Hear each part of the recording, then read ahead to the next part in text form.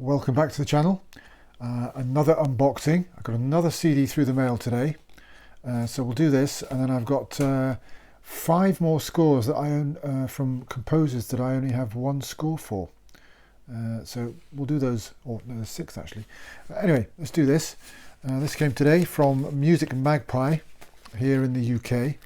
So I know what this is, but you don't. There we go. Another John Williams. 7 Years in Tibet. Again, I don't know why I haven't had this score. I've listened to it on streaming, like Memoirs of a Geisha. So yeah, lovely score. Yeah. These scores don't have any decent information. This has a note from the director, Jean-Jacques Annaud, if I'm pronouncing that correctly. Yeah, but it's the usual kind of just pictures and some blurb on the inside. So yeah, another one. Chuffed to have that. So yeah, 7 Years in Tibet, John Williams. Cello solos by Yo-Yo Ma as well. He seems to have quite a fruitful collaboration with Yo-Yo Ma. So yeah, so that's the track listing on the back, if you can see that. There, cool.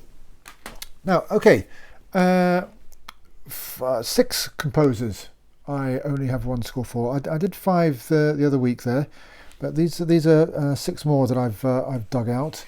So in no particular order, let's start off with Ronin by Ilya Smiral. I had to look up how to pronounce that. That's Ilya Smiral. Now I believe he's a Czech composer. I've heard somewhere that he's Swedish, but I'm not sure. I think he's Czech.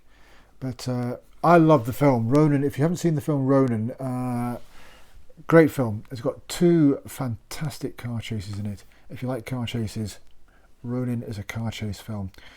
Directed by John Frankenheimer, great director. Now, initially there were a number of composers attached to this, and Jerry Goldsmith being one of them. Don't know why he dropped out. But Ilya Smiral did a really atmospheric, percussive score. Used the duduk, if that's how you pronounce it, duduk, kind of Armenian clarinet thing. But yeah, as I say, very percussive, very moody, very good. I quite like it. So yeah, that's the only score I have by him. Next up, we have Westworld by Fred Karlin. Peculiar score, but it works. It works brilliantly with the film. I always remember seeing this for the first time. It must have been on television in the early 80s. But just that kind of relentless theme for Yul Brynner's gunslinger character, that din din din din din din din din din din. It's peculiar, but it works. It works. But yeah, not a lot to the score. I think it's just over ½ hour. But yeah, I got that because I like the film. Next up, we have The Return of the Musketeers by Jean-Claude Petit, French composer. Now, this is the Quartet Records 2016 release. Now, this was going for loads of money in various different places. Now, for some reason, I think I picked that up for £7.99 from, I don't know from where, but everywhere else was selling it for like 30, 40, 50, some just silly money. And I managed to get that. It's just a lovely, sumptuous, full-blooded orchestral score, as you might imagine for a Musketeers film. Directed by Richard Lester, who did The Three Musketeers and The Four Musketeers back in the 70s. It's supposed to be 1 film, but they split it into 2. Didn't tell the actors, apparently. But great fun films. This was not quite as good as the original two, but still a fun film, and a great score. Next up, we have The Stuntman, Dominic Frontier. Love The Stuntman. The film is brilliant. Peter O'Toole is a megalomaniacal director.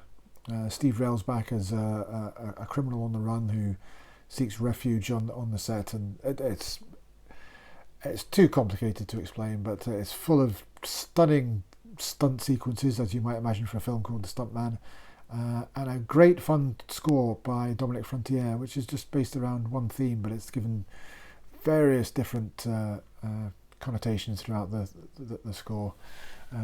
I'll put a link to one of the tracks, Film Caravan, in the description, just to give you a flavour of the score. But again, that took a while to track down. It was the Entrada release. It's coupled with an unmarried woman. I believe, is that Bill Conti? I think that's Bill Conti. But yeah, this was a 2008 release. Again, for some reason, it was going for silly money, and I managed to pick it up for pennies. So yeah, The Stuntman, great film, great score. Not very long score. It's only 25 minutes long. That's why it's coupled with the other one as well. But love it. Next up, classic 70s crime film, The Taking of Pelham 1, 2, 3. This is the only score I have by David Shire. It's just a big band, jazzy, dirty, again propulsive, percussive. It's just brilliant. It's brilliant. Yeah, just a great theme tune. Great, just a great score. Yeah, great film as well.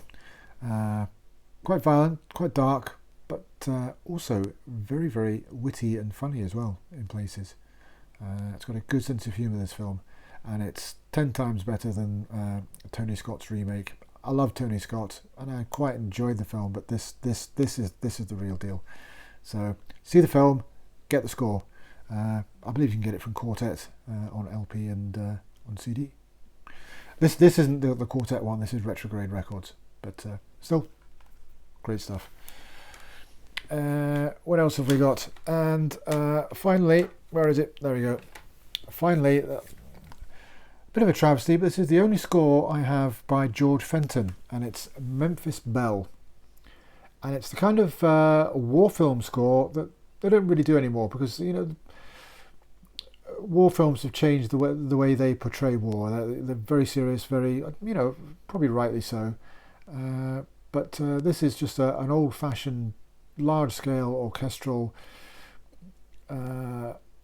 upbeat score with a wonderful theme, and it makes liberal use of the Londonderry air. But yeah, it's just a lovely score. The film was all right. It was just again an old-fashioned score about a very fictionalized representation of the real Memphis Belle. I don't think the Memphis Belle's final mission was quite as eventful as they portray here, but yeah, just a good old-fashioned film and an old-fashioned large-scale score. So yeah, I think that's the 6. Yeah, so that's it for now. More soon. Until then, good day.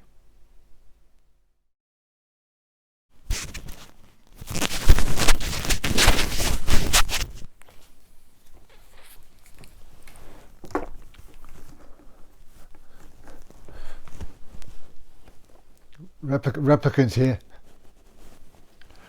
I've got another song. 1, 2, 1, 2, 3, 4. Oh.